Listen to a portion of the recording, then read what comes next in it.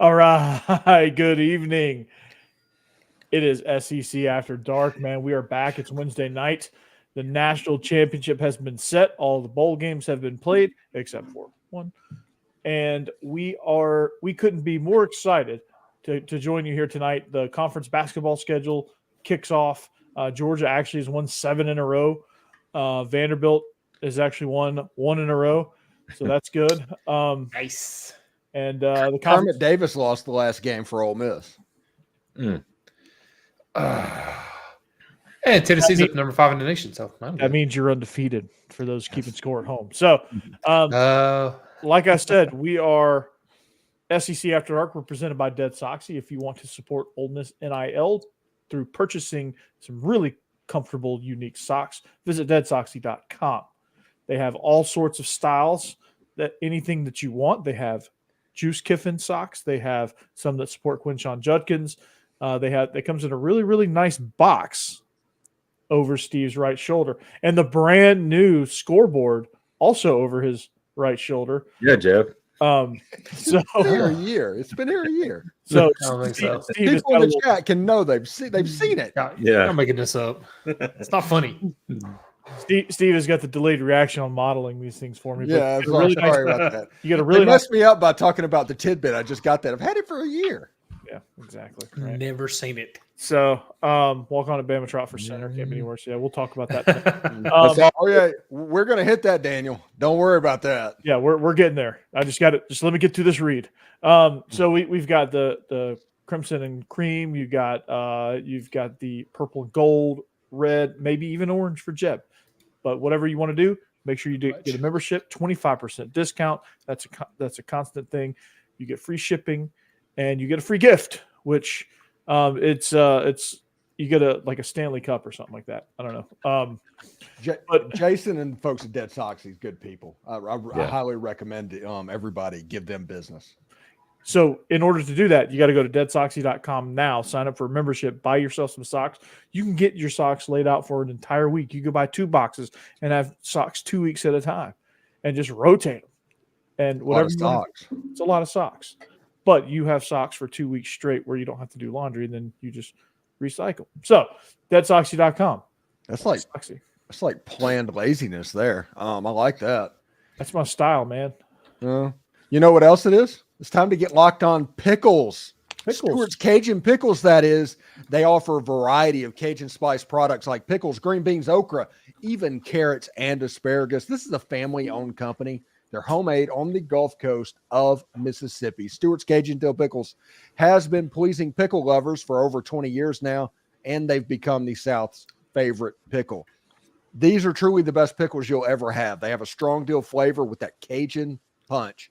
No over sour taste, but this being a small business, they strive to keep the produce fresh and local from the start, keeping the final pickle product extra crisp and crunchy. You can find these pickle products online at pickledstore.com or at your local Rouse's Market along the Gulf Coast or local southern stores near you. Be sure to like Stewart's Cajun Dill product on Facebook and Instagram. Try these new pickles, okra, or beans today. You will not be disappointed. Stewart's Cajun Dill Pickles, the South's favorite pickle.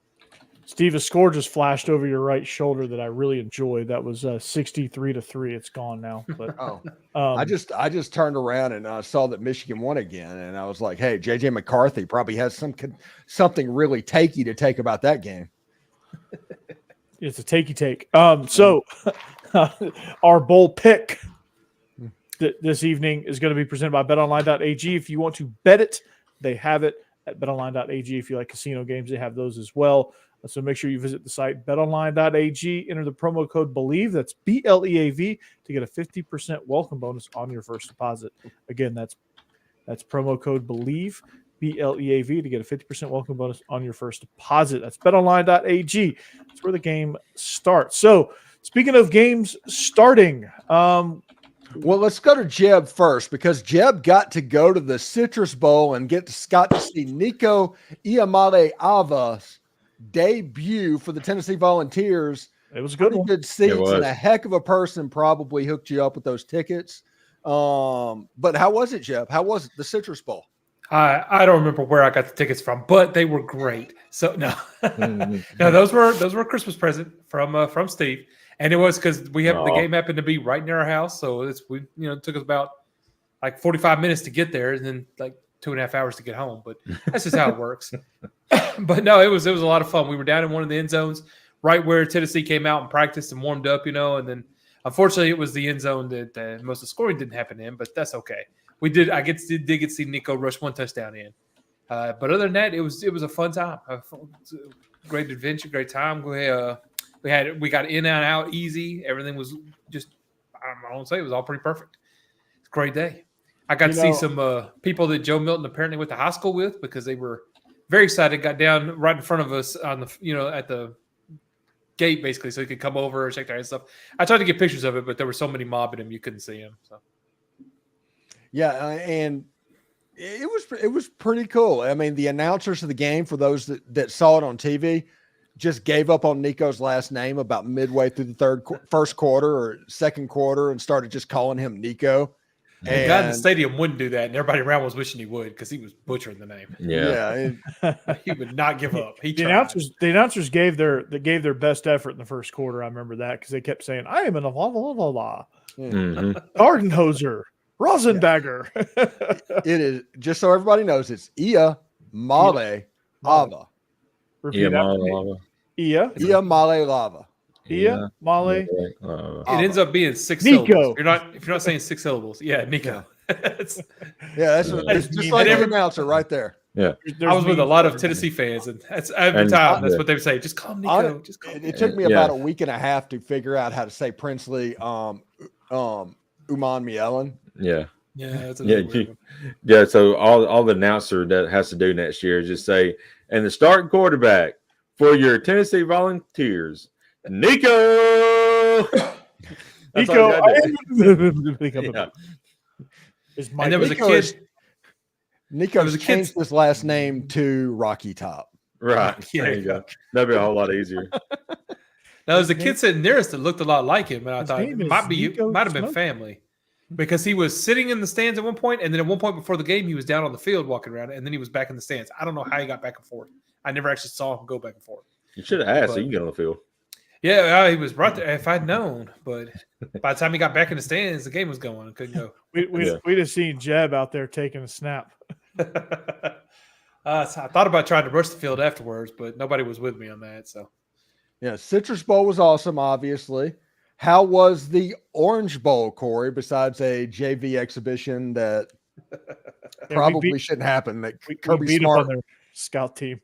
Yeah. You had some guy that wore number 26 as a quarterback got into that game. If that tells you anything about how this game went. Will Muschamp's son got in, and the viral image from that game is Will Muschamp going nuts with his son breaking some tackles and getting like a first down on a quarterback run. So that game was incredible. All the big playmakers made their plays, and that was that. I mean, Carson Beck was throwing dimes and got to rest it after halftime.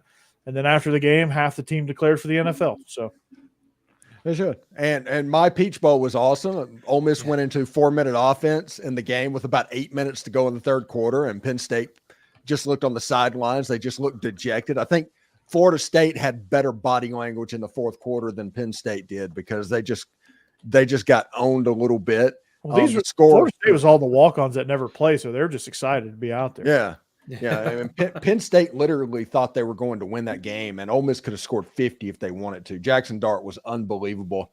They're going to be pretty good next year. Yeah, after about the first quarter, I didn't see a point in that game where I thought Ole Miss was in danger of losing. Yeah, Prescorn had a freaking day, man. Yeah, he really did, and I'm pretty fired up about that as well. Now that we got those out of the way and we did that in the first 10 minutes, let's spend about the next 50 minutes talking about the just horribleness that was the college football semifinal. Oh boy, I've never seen that look in Jake's eye. You talking about the Texas-Washington game, right? You know what? Steve Sarkisian deserves a ton of blame because the last 4 plays called in that game, Texas should have won that football game. Yeah, that was a terrible last 4 plays. But no, I'm talking about the fact that Alabama 5 years ago had built an offensive machine that was just unstoppable. And they just phased that out and became a Big Ten team, unable to use tempo with no quarterback. They basically created a lesser version of Michigan, and that allowed Michigan to win the game. And you talk about bust. 4th and 2, 4th and 1, 4th and 2 against Alabama and Georgia is a trap. They want you to go for that because they are about to eat you up. They don't bust on 4th and 2. They bust and give the kid a 40-yard reception that leads to the tying touchdown to go send it in overtime. That game was set up to be a traditional Alabama game where they put the vice on you and just choke the life out of you.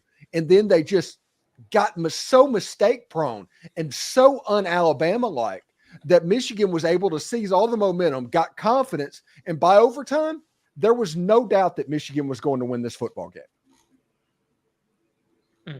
Jake? I've already said my piece. Yeah. I mean, it's well, y'all probably hadn't heard it, but do I need a dip before the conversation? No, my stress relief is this dip, so I'm trying to quit drinking, but I probably should after that game. I definitely need to anyway. So where to start? Both sets of game plans I thought was terrible. It was poorly executed on both sides of the ball, but defensively, we had no pressure. There was no design blitz. We only had 1 sack in that game. We did not let our edge rushers, which has torn apart Michigan's offensive line this year. Look what Penn State did to them. And it didn't, we had no attack whatsoever. So Becky's here in spirit. No. Yeah. Hey, that's fine. Let me start by saying this. Yes, Alabama does have the most losses in the college football playoff, but we've been in it more than any other team had. So you're expected to have it every time. Yeah. So, okay, and was Alabama one of the 4 best teams? I think the committee got it right. Honestly, it was just. They missed Georgia. I think they missed Georgia. Georgia should have been in there, but that would have been our chance. And we didn't. But Alabama won that game. Honestly, this is all Auburn's fault. This is all Auburn's fault. If Auburn could defend a 4th and 31, this doesn't happen because Georgia would have been in the playoffs even with the loss of Alabama. If Alabama couldn't go. Because they weren't leaving an SEC team out. They weren't. No. And for money purposes, that game had 27.2 million viewers. The money poured into that Rose Bowl was incredible. Can you imagine Florida State in that game? Oh yeah. No. Yeah. That would have been a blow. That would have been sad. Yeah. And I don't know how many people are going to watch the college football playoff or the championship game because of it's Michigan and Washington. I am because Washington, this is the last Pac-12 game. Right. Yeah. And I would like for Washington it would be a storybook thing if a Pac-12 team won it all in the last year of its existence. And for one more opportunity for Desmond Howard to chant Big Penix Energy. Oh my gosh. He can't let that go to waste. No. He actually did that, Steve, on game day. He did. Hang tight. Yeah, it was like 7th grade. Game day's gotten to be where it's a joke. Let's just be real. It's a fun show. But J.J. McCarthy basically admitted today that all the sign stealing stuff happened and it's okay and care and all of that. To the point where after practice today, J.J. McCarthy had to come out and say, "Oh, that's not what I meant." And it's like, okay, you got burned by that one. So everything. Did he say that they had a resort to doing it because Ohio State was doing it, but he said Ohio State did it legally? Yeah, something like that. Yeah. So we were protecting ourselves. It was just a horrible look, man. Yeah. Oh boy. Yeah, that's not gonna age well, man. But no, going back to Bama though, Jake. It's got to be frustrating. and I want to pull this comment back up here. It's got to be frustrating when your center is just having an absolute nightmare of a game and can't get a snap back there. He got the 10 cut yips. Yeah. And just could not complete a snap. Milroe was shook. I thought Tommy Rees went into a shell. I don't know where, like, the team that showed up in the SEC championship, I don't know where that team is. That was probably the best Bama team all year, as far as game plan, execution, and just overall energy. This iteration of Bama didn't look like that. It looked more like the one that struggled and lost against Texas, the one that struggle win against Auburn and South Florida, and the one that kind of just moseyed through the season a little bit. And I was disappointed because I know Bama's better than that. I know I just don't know where all that came from and what, why they thought they were going to play right into Michigan's hand. Yeah, you can check my Twitter timeline, my X timeline, whatever that's called, and go back there. And I was like, hey, I'm Tommy Rees, and it's like, I'm going to call this like a Mississippi Class 3A 7th grade football game. That is how we're going to call this game. You did actually tweet that, yeah. Yeah, and that's what it looked like.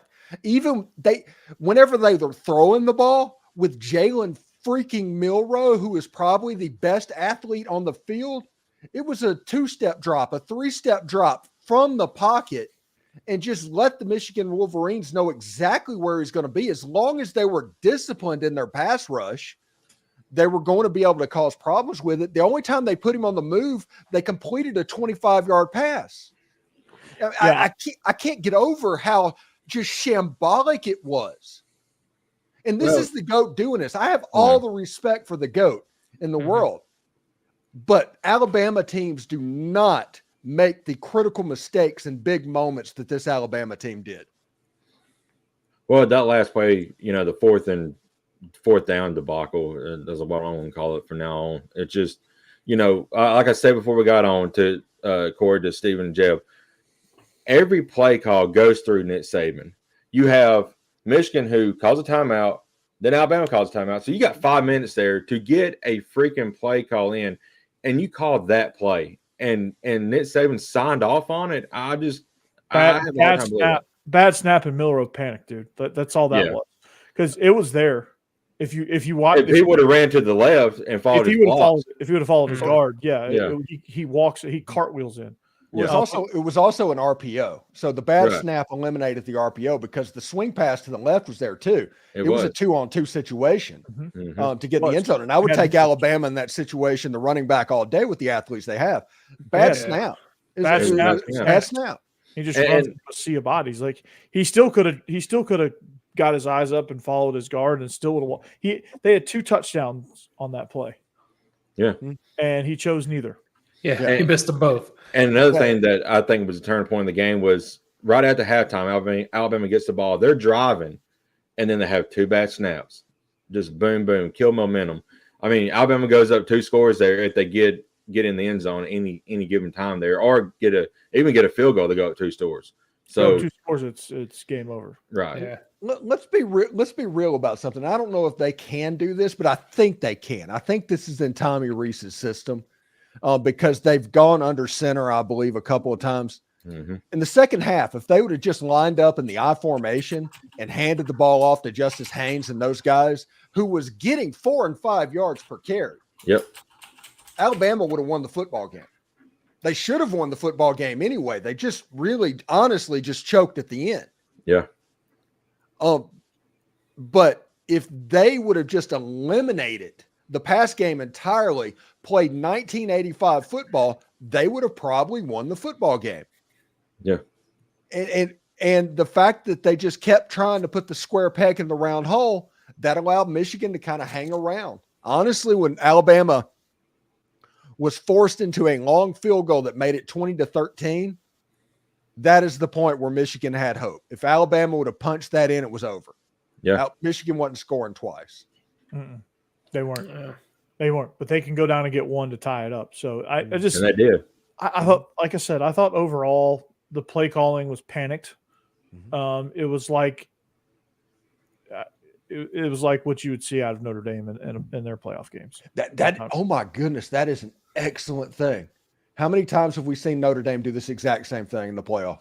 But Bama's too talented to get blown out. Yeah. But if Alabama was a little bit less talented, they would have gotten blown out the way they were playing. But they're just too talented for that. But yeah, they played. I felt like I was watching Notre Dame at times. And I'm going to be honest about this too. And there's going to be some people watching this right now that's not going to agree with me. But Ole Miss, Missouri, and Tennessee would have beaten Michigan Saturday. I think Miss for sure. Georgia definitely. Ole Miss for sure. Georgia. Georgia. That wouldn't even be Georgia. Yeah, we're not even talking about Georgia because Georgia's the best football team in the country. They just had a bad luck on the one day they couldn't have bad luck. And they still should have got in. Yeah. But I'm just saying the other three teams that they wouldn't ever think, it was just a situation to where one thing playing a Big Ten team, tempo is the number one thing that the SEC has on these Big Ten defenses, and Alabama just can't do it. They just gave it up. Mm-hmm. They just decided that the other 21 players they have is good enough. We're going to put an athlete at quarterback, and that's going to be good enough to win games. They're okay with handling tempo. That's the reason that Alabama can handle Tennessee and Ole Miss. They've seen enough of it that they can handle it. Big Ten teams can't handle it. So Alabama has given up their offensive advantage over the Big Ten to, I don't know. I think Georgia broke them a little bit. After Georgia won the back-to-back national championships, Nick Saban said, we're going to do this my way and the way I want to do it. And he tried to revert back to some semblance of the way football was and the way he likes to coach it. And that's the way Michigan plays, and it plays right into their hand. And I think Tommy Rees was calling plays for Tyler Buckner and not. Well, here's the thing as well. One of the things that we heard when Tommy Rees became the offense coordinator was how he loved using tight ends in his system. Our tight ends got 3 total targets that entire game, and Amari Black and CJ Dupree. So he just he didn't trust the tight ends. It seemed like I don't know what the issue was. They just didn't trust Milrow. Oh my! You could tell, dude. Like he didn't trust anything. Yeah, I know that feeling. I know that feeling. When you feel like you look at the play sheet and nothing's there, which is not true for Tommy Rees because a lot of stuff is there. He just doesn't realize he has superior players sometimes, and he panics and gets into a shell. It seems like. Yeah. I just didn't understand it, man. I really didn't. I was like, who is this Bama team? Like what? Like what are we doing here? We reverted back to the Texas and USF game. That's what happened. Everything that we had problems with at those points, early in the season, it reverted back to Saturday or Monday, whatever. Yeah, you would think in 4 weeks they would have figured out how to go fast. They know how to do it. I understand that Tommy Rees probably doesn't want to do that, but I'm team tempo now. I'm Ole Miss. I'm Lane Kiffin. Jeb is Josh Heupel and all of that stuff. We don't have these super athletes, but tempo is the great equalizer. I love tempo against a defense like Michigan's, like Penn State's, like Iowa's. You have to figure out a way to scheme some stuff open. And the way you can do it is to prevent their ability to match up, simplify their defense, and go really quick and hope for bust. And I honestly think if they would have went fast, if they would have just went fast in that game, even if they're running the football, Jalen Milrow would have broken one long touchdown run. Oh, easily. Yeah. I mean, I like the idea. I'm kind of like the best of both worlds here. Like you guys love just tempo, right? Just go fast all the time. You glue the pedal to the floor. I like being able to control it and being able to go fast when you need to, go fast when you want to, and be able to slow it down and vary the tempo where defense can't get comfortable and adjusted to what you're doing. Let me say 2 things. On one thing on the tempo is you got to have a quarterback that can run the tempo. See Auburn. they try to run tempo. They don't have a quarterback that can run it. Yeah, and then Michael, I wanted to, say a little bit about this. I'm not the type of guy that's going to berate Seth McLaughlin. He's moving on. I wish him the best of luck. I don't know. He come in like 2 years ago as a starter and played really, really great. He's blocking well, snapping well. I don't know what happened this year. Got the yips, man. He did, but I'm not going to be that type. I'm not going to be that type of guy who's going to bash a player and all that. I mean, it is what it is. So and I hope he does wherever he goes. I hope he balls out and earns an NFL job. Yeah, none of this is bashing players. I understand. Players get the yips. I'm not after a player. Right. I'm talking about schematic stuff. This is stuff you can control. Who have I bashed besides the coaches? Yeah. No, the coaches ought to be at fault for sure. The coaches, not the 18-year-old kids. They're just kids. I'm not bashing the kid. I mean, he had a tough night, but that happens. You had 4 weeks to come up with that. That is the problem I have. And a spade is. I mean, Milroe missed it. Like I mean, it happens. I'm not bashing. I'm not saying the kid's a bad quarterback. He's a really good quarterback. He's really talented. But I didn't say he missed it. He's got a lot to work on this offseason. Okay, he's talented as a runner. Okay. Yeah. I haven't bashed anybody. But part of me wonders if Bill O'Brien was right about him as a quarterback. So many talked about before the game, the interview where Bill O'Brien talked about him maybe moving to running back and that they didn't see him as a quarterback. And that was motivation for Jalen Milroe. That was the big story going into game day that day. Right. And then that game happened to where Alabama's offense, they could not drop back. They could not do anything intermediate. The offensive line could not protect him enough to throw it down the field. So it basically eliminated the pass game. You can't just drop back. Yeah, on Michigan, you can't do that. There needed to be some stuff moving. You need to get him outside the pocket. They should have run some hide plays to the tight end, to the X-Man rolling out, just dump it off. It's like a 4-yard pass. That's an easy completion. It gets you out of the pocket. Like I said, I don't understand why they thought it's like, okay, this is what we want to do. To me, it looks like, and the way it looked like on the outside is they dropped back, they got sacked. It's like, well, that didn't work. What do we have now? And it's like, I don't know. I have nothing. You move the pocket. You put Jalen Milroe in situations that he's good at. Like he's a raw quarterback. Like he is not a polished quarterback. Not bashing the kid, Michael, but he's just not a polished quarterback.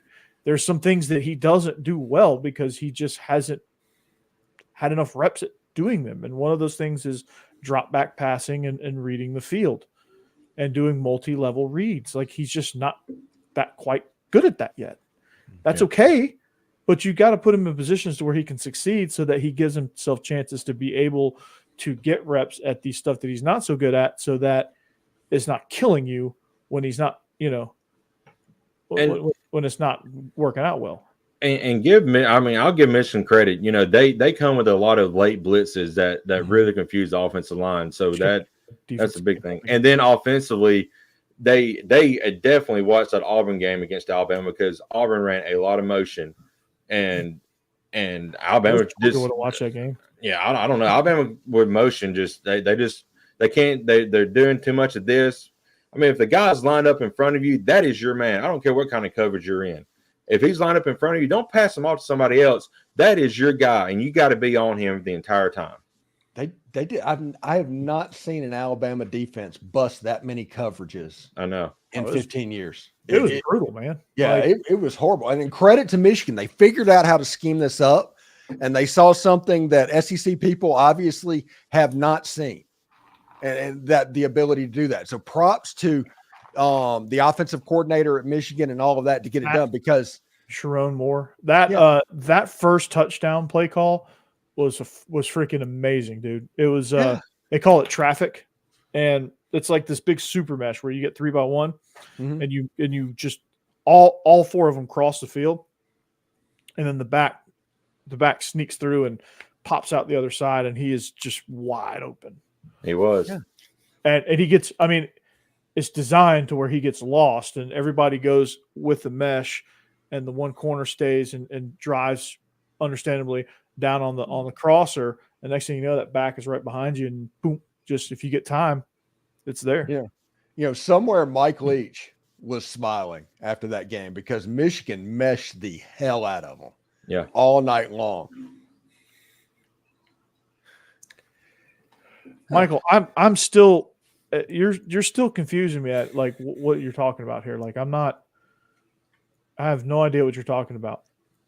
Yeah, just don't worry about it, Corey.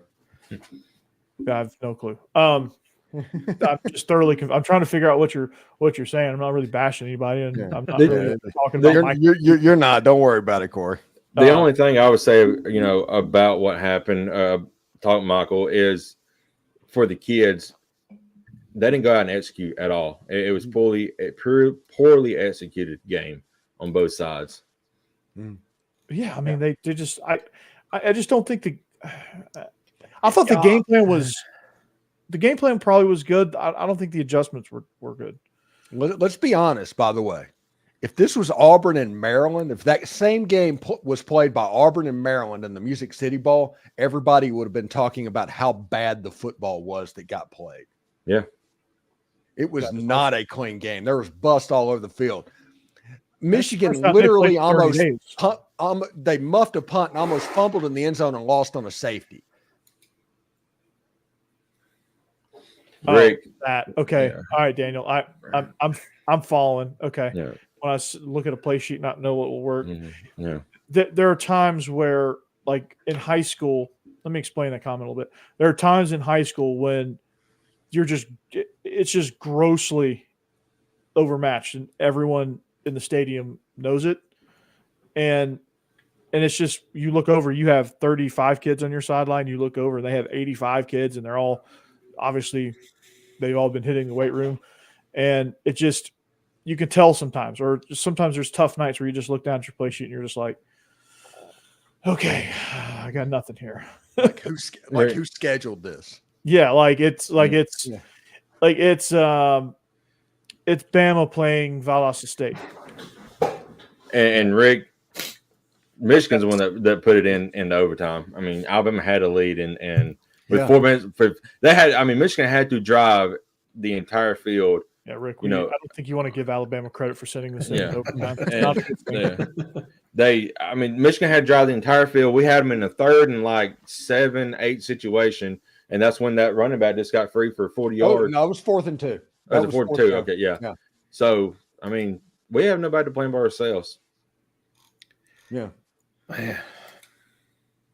Yeah, Michael. It's like when you look over across the sideline, they have 4 D1 kids, and you're just like, there's no way we can stop this. When I was in high school, by the way, and our football team was really good. We were the one that was the overmatching and on the football field, but that wasn't the case in the basketball field. And our high school team, the tallest player on it was 6'3", and we played against Quitman High School one night, and they had Antonio McDice and a couple other players, like 2 players on it that ended up in the NBA. And it was just like, okay, there's nothing we can do tonight. It's just not going to matter. It's that feeling. It's not that our kids don't play hard. It's not that our kids aren't good. They're not NFL good. Yeah. Right. They're not NBA good in that case. That's what we're talking about. I saw a dunk that night from Antonio McDice I was like, okay, you're not supposed to be able to do that. That's not right. I thought he was going to hit his jaw on the rim. My junior season in high school, we played against team North Clayton. I think they signed 12 guys, and 8 of them were D1. One of them being the quarterback that went to Georgia, won an SEC championship at Georgia, DJ Shockley. I played against DJ Shockley. Mm-hmm. I did. Nice. He was a good friend of mine, actually.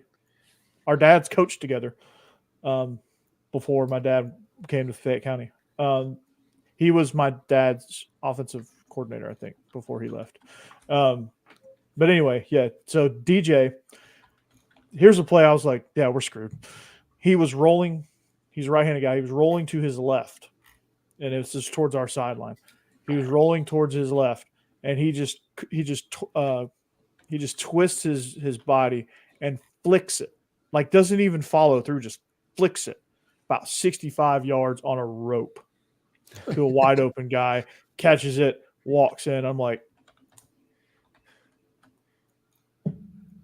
we have no chance. Yeah. We're screwed. Hey, Daniel, I'll throw you a bone right here. I lost 4 games in high school playing high school football at McGee. One of those games was at but against little 2A Taylorsville. The Taylorsville Tartars beat the mighty McGee Trojans. That was one of my 4 losses that I had in high school. And I think it was my only regular season loss was to Taylorsville. So I will give you credit for that. That they play some ball down there. I think that is in Smith County. That might be in Jones County, but yeah, they're legit. Now this guy here is from Taylorsville. They play 2A. We're from McGee. We play AAA. Yeah, and I didn't play against him, but my high school a few years ago played against Chad Darius Townsend, who committed to Alabama from Tanner, and I think he's with the Red Raiders now, Texas Tech. But he was really good. I mean, he's really fast. We're 2A school, and Tanner's like one of the bigger 2As down here, and he just ran all over us. Yeah, my first and only year at Blackman High School when I coached there was Juwan Jennings' senior year. Oh wow! Oh yeah, that was a lot of fun. I bet. We went down to Hoover that year. We played down in Hoover. Oh, you played Mighty Hoover. Yeah, that was a fun game. We went 9-1 that year. That was our only loss, was Hoover. My senior year, we played in the state championship game against Louisville, not Louisville, Louisville. And which, by the way, if you play Louisville in the state championship game, be somewhere else because they're probably going to beat you. They had a D1 defensive end that signed with Ole Miss. Okay. Our left tackle could not pass block. I still think to this day, my quarterback that we had in that game has PTSD from how he just repeatedly got ate up in that game. That was Morris Scott, the defensive end. But would yeah, you say they were a rolling ball of butcher knives? That night they were. They had that, and they had a D1 running back in Mon Nicholson that also went to Ole Miss, and we were like, not there. We had a player that went to Southern Miss, but our kicker went to NC State and got picked up. He was this close to being Mr. Irrelevant. Got picked up in free agency by the Lions. Tore his ACL in warm-ups of the first preseason game and never went back to the NFL. Mm-hmm. Wow. A kicker tearing the ACL. That's a move that you just have to respect, honestly. He was it was that turf, man. No. It was that turf, man. He'd never really kicked on that turf because he played at NC State. I don't think they ever played a turf game there. Believe it or not, you can look over my shoulder. There's a picture of me kicking in Veterans Memorial Stadium in Jackson, Mississippi against Mendenhall High School. I went down to kicking camp when I was in high school. It's like when I was 10th grade, and I went down to Tulane because I love New Orleans. It's one of my favorite cities in America. But they had the old style turf, not the stuff they have now. Yeah, just the straight AstroTurf, like Brady Bunch front yard AstroTurf, and literally planting and just kicking a football. I probably kicked 50 balls that day. Yeah. I could feel my ligaments in my plant leg. I could feel that like I was aching from just planting. And I was like, yeah, I can see why Wendell Davis tore both ACLs at the vet right now. That's weird. I did a punt, pass, and kick at the old. I'll be right back. When they go ahead. Yeah, it sounds like your dogs are. But I heard I did the punt, pass, and kick every year, and they had the finals at Georgia Tech, and when they had the old carpet, that was a lot of fun. And like they did it during pregame. Yeah, it was nuts. Before we get into picks, though, let's talk a little bit about the Washington Texas game. I think Penix stole the show. Penix was awesome. Washington's very good. I enjoyed watching that football game. Texas should have won it. The last 4 plays were almost malpractice by Sarkisian. Yeah.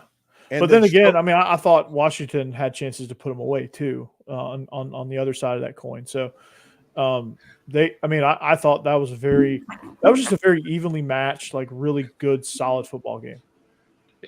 I mean, there was some sloppiness to it, honestly. With some of the stuff you're going to get with being on a 30-day layoff, but I thought Penix was incredible. I thought the offensive line was physical and they came off the ball. I thought Washington did a lot of really, really good things in that game.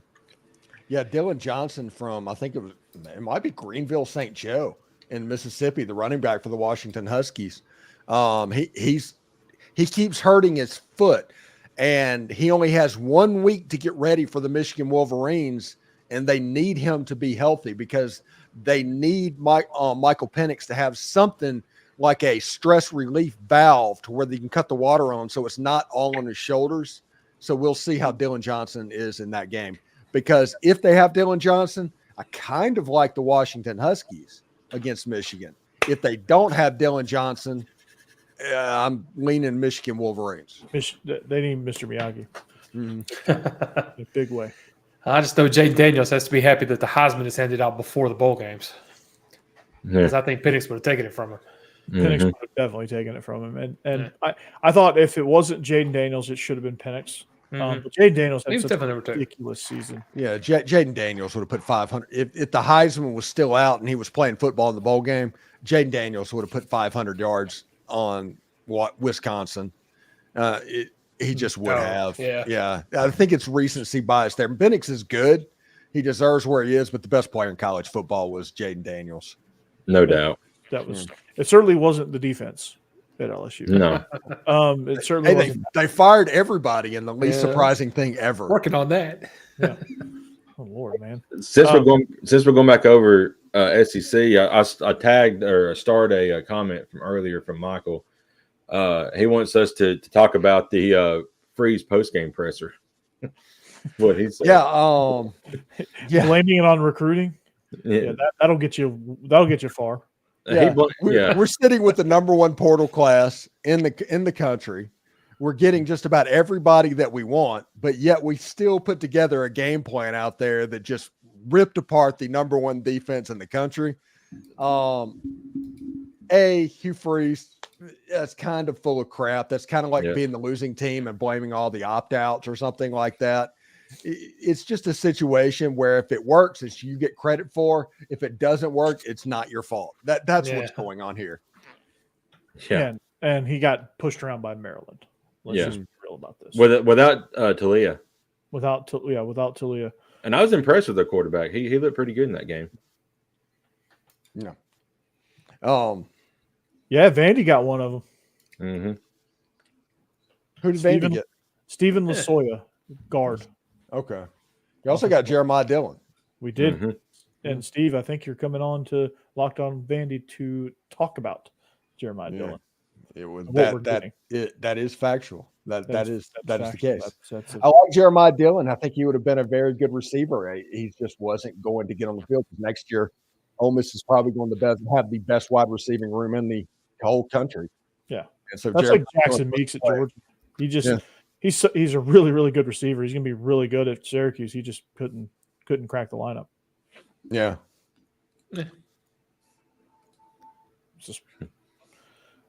Was on the dirty internet instead of prepping the team. Yeah, he was recruiting.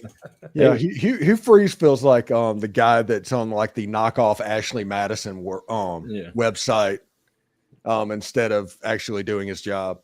He's taking a page out of Jeb's playbook. Wait, Jeb? Really? Yeah. Ashley Madison? No, I'm talking about the dirty the dirty internet. Googling what he shouldn't have. Yeah. Freeze isn't allowed to Google. Yeah. Which, by the way, nobody has commented about it, so I'll talk about it. But if you look over my left shoulder, there's a white book up there. I saw that. Do y'all want to read the headline and what that book says? Can you? I can only see gun safety. Yeah, I see gun safety is all I see. Let's see. How to talk to your cat about gun safety? Oh my gosh! Did you write that, Steve? I have a cat visiting. How do I explain gun safety to my cat? Yeah. It's in the book. It's written down. How to talk to your cat about gun safety. They're staying in a room that has guns in the closet, so I probably should. What is that thing in the bottom, your bottom left there, the foam paw thing? That is my Detroit Tigers. Oh, that's my phone like Grrr. Yeah. Yeah. What was that? Because you're a lifelong Detroit Tigers fan. Yes, I've been a lifelong Tigers fan. And John, and OC oh, was a Broyles finalist. That's all I'm going to say. I want to say, since we're talking about Detroit, and we're going to get to NFL real quick, but I think the Lions got screwed. And no, we got screwed, man. I went over it in the pregame, man. Yeah. I mean, the guy they said that reported in was 10 yards away from the ref when he was running to the field to report in. I mean, they put the billboard up there. It's like they had like the 11-6 record, and it changed it to 12-5. And there's one that said so and so reported, and it's like Detroit's hot. Oh my goodness, they're mad. Yeah. And listen to this. This is the whole thing. Whenever you talk about the NFL being rigged, and everybody talks about that, just makes jokes about it.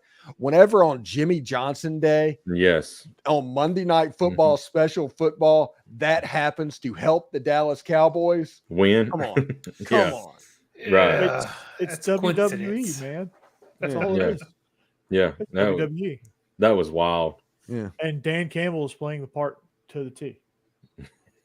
I like him as a coach. He's pretty funny. I love Dan. Yeah. He's one of my favorite coaches, and like that season of Hard Knocks that he was on was one of my favorites. Yeah, he was a tight end on the Detroit team that went 0-16. Yeah, that's right. Mm-hmm. He was on 2 seasons of Hard Knocks, actually. Your boy Sean Payton scooped him up after he left the Dolphins. Yeah, showed him the ropes. Sean Payton's dead to me. Oh, that's a. He screamed at Russell Wilson, doesn't he? Scream at everybody. He screamed at everybody. Kevin James is not doing well right now.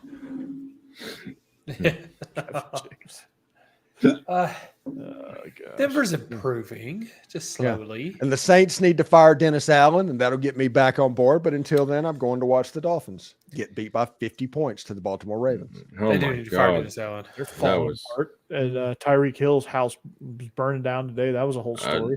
Chiefs, Eagles, all falling apart right now. Eagles can't stop nobody on defense. It's the end of a long NFL season. Teams are like, it's just fatigue season. Yeah. Pretty much. This stuff happens every year. Like I don't know why I'm surprised. I mean, they're still fighting for a playoff. Titans ain't. So, you know. The Dolphins will be fine. The Ravens are still good. The Eagles will be fine. The 49ers will be fine. They will be in the thick of it. They will probably be playing each other in the NFC Championship game. Mm-hmm. Book it. Honestly, I'm gonna be disappointed if the Titans win this week. Who they got? Jacksonville, that's how much maybe. Yeah, that's how much I remember. Starting Malik Willis. Yeah, we just I think we drop out of the top 10 in picks if we win. We Jeb's like Iowa. I don't know. Yeah, we don't. They might not be able to score against Iowa. Jeez. Yeah, it's fine. I think NFL fans just want to make a big to do about nothing. Vandy got a punter today, by the way.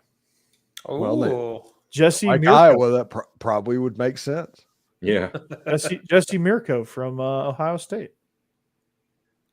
Oh, so we don't know if he can punt. Well, actually, Ohio State is terrible this year. So yeah, they probably did punt a little bit. He's like Brett Thorson. He just needs an opportunity. Corey, did a light go out on your screen? Because you look a little bit dimmer than what you were earlier. Oh. There we go. Is that better? Yeah. It's probably the website I was looking at. Oh, okay. Now you're the one who's looking at the websites. It was X. Just yeah. Twitter. Okay, Daniel Parker. I'm on dark mode. Okay. Judkins does not have to say anything. He does not have to announce a single thing. Okay. Tomorrow is the last day that a player from Ole Miss can enter the transfer portal. So if Judkins does not go into the portal tomorrow, he's not going anywhere. It doesn't matter if he announces or if he doesn't, because he can't enter the portal. Draft. Yeah, why would he? He's the starter. Because somebody might pay him $1.5 million or some obscene amount. Everybody's worried about that. I mean, nobody's overpaying for a running back. No, they're not. Plus, I don't think Ole Miss is hurting on money. Y'all bought a lot of players. Heck yeah. Everybody be quiet. We got poor people around. Yes. Well, Michael, plus, he's a lifelong already Cowboys fan like Steve's a lifelong Tigers fan. for a year. Yeah. Yeah. Lifelong Cowboys fans since 2000. We got poor people around. But actually, by the way, I was listening to a song on Spotify by Midland, and one of the lines in there was Jerry Jones bought it. And it was like, okay. Yeah, that's right. Yeah. Jerry Jones is rich. Mm-hmm. He has a few dollars. Yeah. But they can't win the playoff. It's weird. Yeah. Speaking of rich people, did you see David Tepper throw a drink on some fans? Yeah, probably should have. They probably deserved it. Mm-hmm. And everybody's like, he only got fined $300,000. Like, well, you only make $40,000. You know, I mean, come on. Yeah, that's a lot of money. That's like 10 years worth of money to you. Yeah, that's true. That's like a afternoon for him. Yeah, he's a billionaire. Yeah, and then that's fine, but that doesn't change the fact that it's a lot of money. Yeah, it is a lot of money. Yeah. People are kind of crybabies about stuff like that. But anyway, we got about 8 minutes left. Let's do picks. National championship. Pick. Last one of the season. Pick. Yes. You know, if Jeb gets this one correctly, he is going to hit 100. When Jeb gets this one correctly, he's going to hit 100. But let me say, if something happens in the future and all these wins gets vacated, then if Jeb goes with Michigan, that win gets vacated. So, hey, since never mind. Damn it. Okay, I can't. Every position is.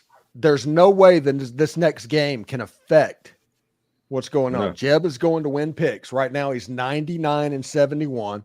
I'm second, 96-76. No, these numbers don't add up. Don't try to make them. Cassidy is third at 93-79. Jake is fourth at 91-81. It wasn't too long ago. Jake was in second place. Corey has got over 500. He is almost very lucky, Jake is, that Corey couldn't catch him in the national title game, but he's about a game and a half above that. And the voice of God comes in at 83 and 88. That was the winner of last year's picks. Bowl season was very good to me. Bowl season is terrible for me. I don't think I had a winning week. It was rough. Let's see. No, our voice of God went out on a limb a bunch of times. They didn't work out. Yeah, I went 11-4. Last year. Yeah, you had a good 7 and 8 or something. I missed both semifinals, Louisville and SMU. I went 9-6. Well, all missed both semifinals. That was ridiculous. Yep, that's where Becky is. Yep. Yeah, I went 2-5 in week 1, 6-7 in week 2, and week 3 I went 7 and 8. So I did not have a winning record in bowl season at all.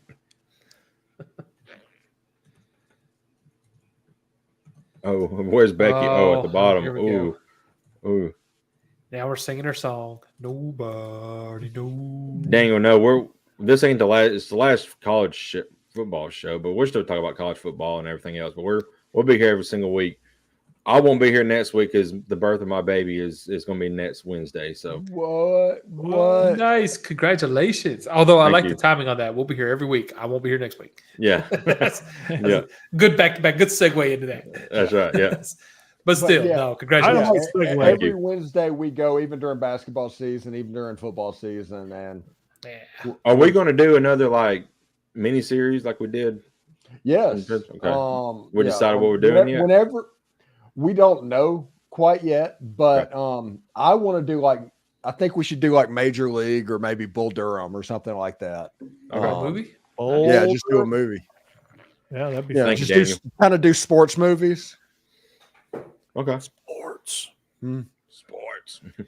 We can. I just saw a series on Netflix that was amazing called Blue Eye Samurai. So if y'all want to watch that. You're not allowed. It's animated.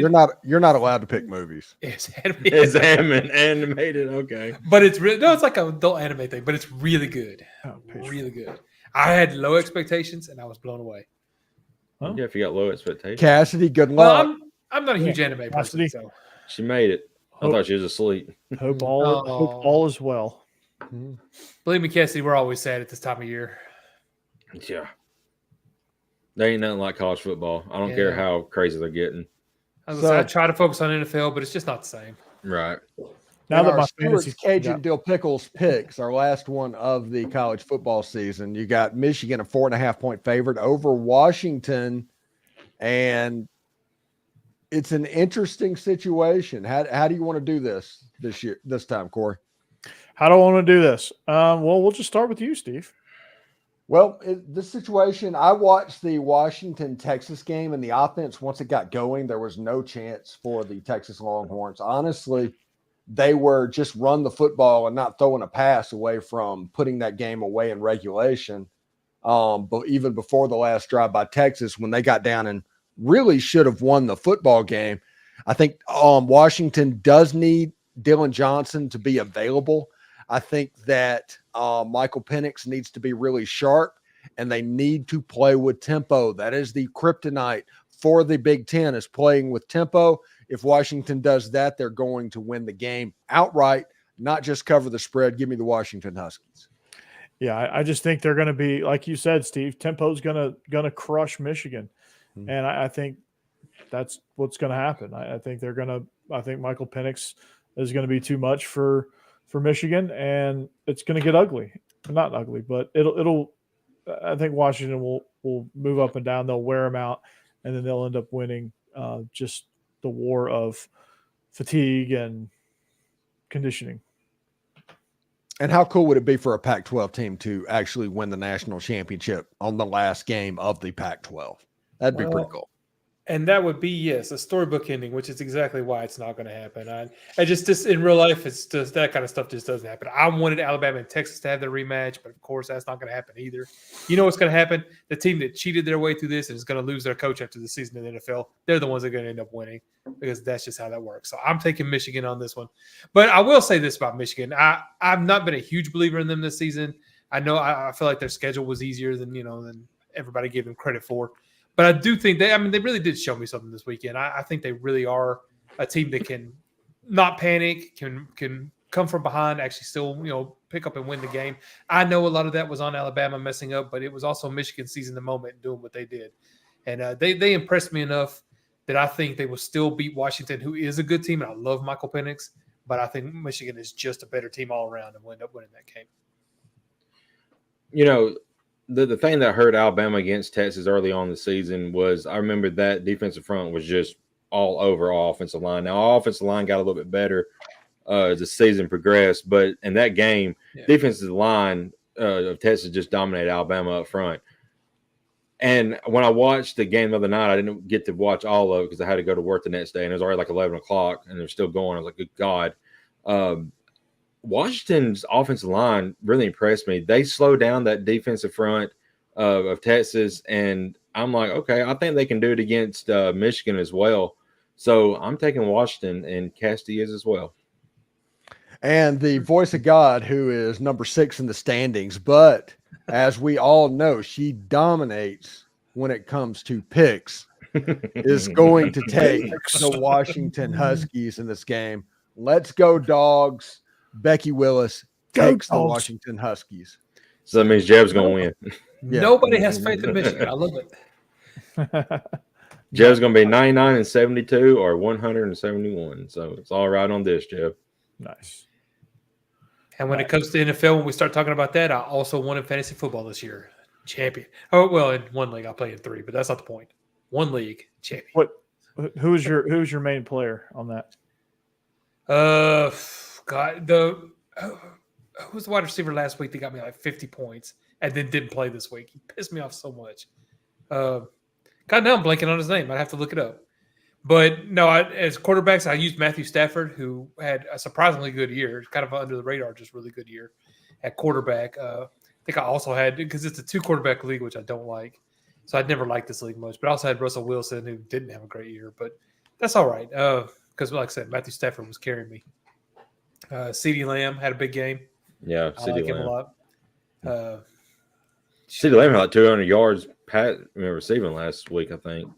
Yeah, and he's one of them that won the game. So I don't know. I've got so many players because I've got different people on every team. So Jonathan Taylor, also Amon-Ra St. Brown, another good one.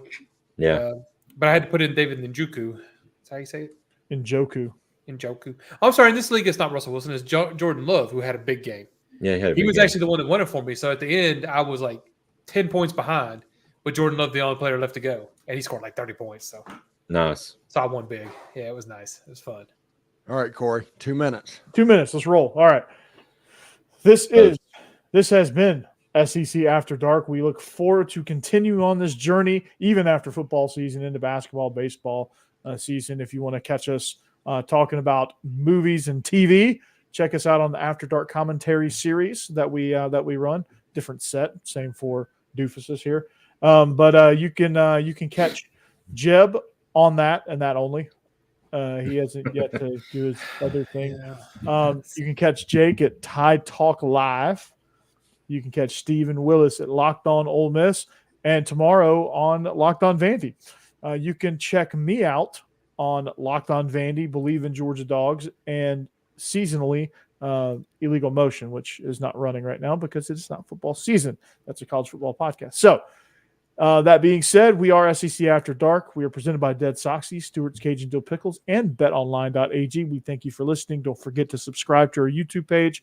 Find us wherever you find your podcast, and find us all on social media. We'll be glad to chop it up with you. We thank you for being on with us. It couldn't happen without you. And with that, we'll get into the rest of the week. Good night. Go Dogs, and anchor down. Hotty toddy. Go Vols.